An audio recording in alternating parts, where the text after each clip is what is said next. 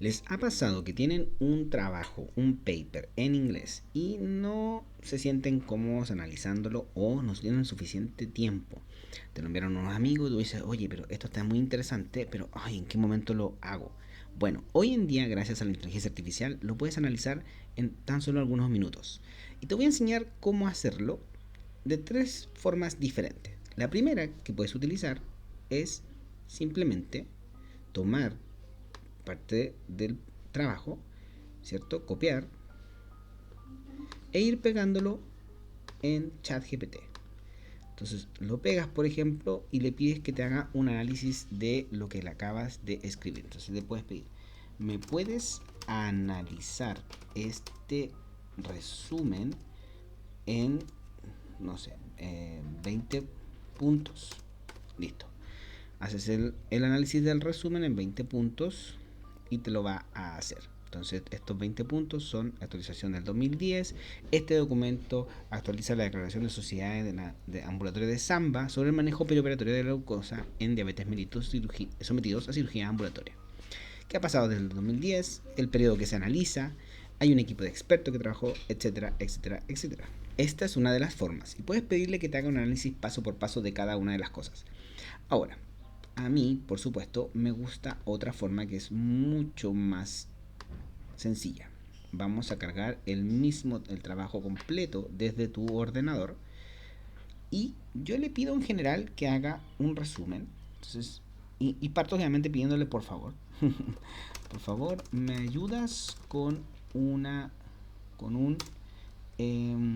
resumen de los 20 aspectos más importantes de este trabajo de investigación. Además, proporcioname o proporciona los contrapuntos importantes y déficit que encuentres y finalmente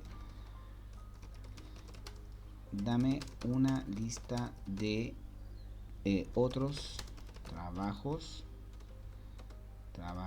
o paper que puedan complementar la información que encuentro aquí. ¿Ok? Entonces le voy a pedir estos 20 aspectos importantes. Así rápidamente vamos a obtener la información que nos parece más relevante. Le damos unos segundos para que analice el trabajo y empieza a darme los 20 puntos más relevantes. No solamente eso, sino que además yo le pido muchas veces que me dé otros aspectos que quizás yo no consideré que podían ser importantes, o yo dije, bueno, lo limité a 20, pero resulta que el trabajo tiene, no sé, 60 puntos importantes. Y solo, bueno, te quiero decir que te detengas por un segundo a suscribirte al canal, darle like y seguir viendo este tutorial que yo sé que te va a servir mucho, así como los otros que están dentro del canal. Ahora, si no te pareció que estos 20 puntos fueron tan relevantes, ¿ya? O te parece que en el fondo no está tan claro como a ti te gustaría, le puedes pedir de otra forma que haga el resumen. Por ejemplo, le puedes decir, ¿me puedes resumir este trabajo en 500 palabras?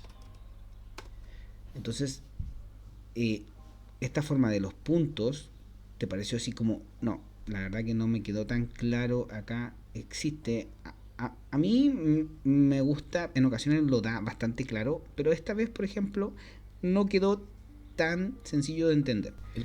Y vamos a ver este resumen. El consenso actualizado, ¿cierto? Aborda el manejo perioperatorio de la glucosa en pacientes sometidos a cirugía ambulatoria, actualizando la versión del 2010.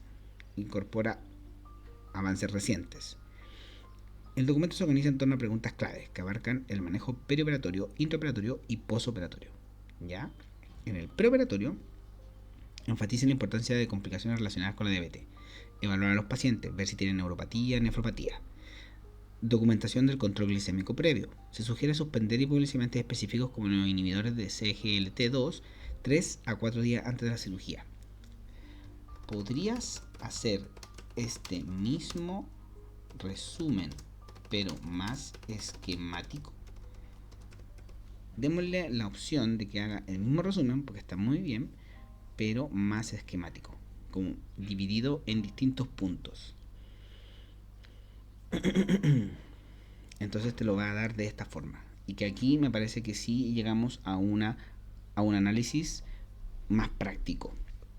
Entonces ya nos queda claro que el consenso se basa en 3 aspectos fundamentales, que son el preoperatorio, donde el análisis del paciente y de los niveles de glucosa y la repercusión en el paciente es muy importante. Luego el intraoperatorio, donde establece un rango de manejo de glicemias y tratar de evitar ciertas variaciones extremas. Y por supuesto, tener mucho cuidado con los pacientes que pueden estar cercanos a hacer alguna complicación severa. Y el posoperatorio, donde se subraya la importancia de tener un plan claro, reanudar el control glicémico habitual, educación en el paciente, el uso de dispositivos, etcétera, ¿ya? Y también se recomienda disminuir o evitar una administración agresiva de carbohidratos en el preoperatorio, optando por hidratación con agua para minimizar la variabilidad glicémica o glucémica. De repente puede pasar que hay algunos aspectos que no salgan en el resumen y que a ti te pareció que son importantes de evaluar. En este caso, por ejemplo, yo recuerdo, como había hecho un análisis previo del trabajo, de que sí se mencionaba la dexametasona y su uso en pacientes con glicemia, porque siempre es una discusión. Entonces, las recomendaciones sobre la dexametasona, por ejemplo, es que la dosis baja minimiza el impacto de los niveles de glucosa, es útil para prevenir las náuseas y su uso es respaldado por eficacia, ¿cierto? Y baja incidencia de efectos adversos. El impacto es transitorio. Es transitorio, por esto es fundamental monitorizar estrechamente los niveles de glucosa en el perioperatorio. A ver, evaluar los riesgos de una hiperglicemia comparado con los beneficios. Por supuesto que si un paciente tiene una glicemia demasiado descompensada, no debiera ser utilizar la dexametasona incluso en dosis baja. Pero si es que el paciente tiene una glicemia bastante compensada y tú ves que en el fondo el beneficio va a ser mayor, mejor utilizarla.